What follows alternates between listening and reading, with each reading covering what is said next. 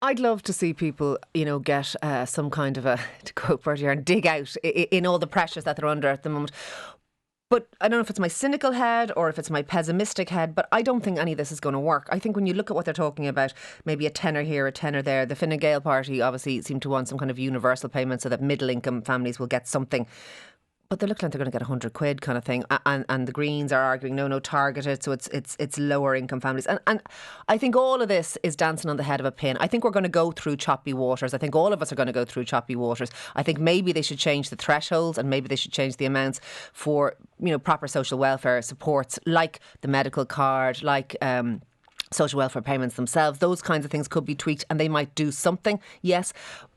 But I don't think that there is a way of fixing this by throwing 400 million at it. And I worry about them just throwing fuel into the fire and it going up in smoke. So you and I, before the cost of living became the cause du jour and the thing that we were all talking about, a few weeks ago we were talking about the fact that the government had money in the pot and what they spent it on was important. And we both agreed it should have been on infrastructure, it should have been on capital expenditure. And it looks to me like we've seen a lot of stories in the media.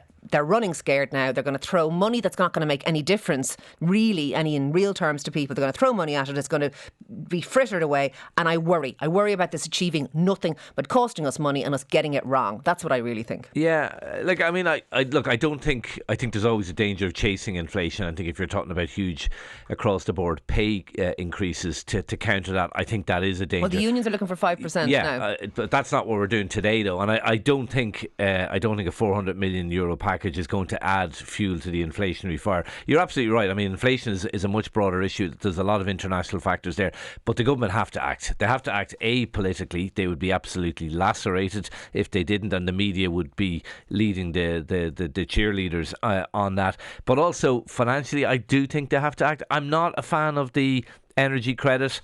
Daft was the word used by John Fitzgerald on this show last week to describe it, The Economist, and I think he's right. And I think doubling it is double daft. I actually think these measures should be targeted, and I think if you target them at the right people, Ciara, I kind of disagree. I think it can make a difference. It's not a panacea. But if you increase the working family payment, if you give an energy credit to those most in need of it, I think it can help them, and I think they need to help them, and I think it probably should happen.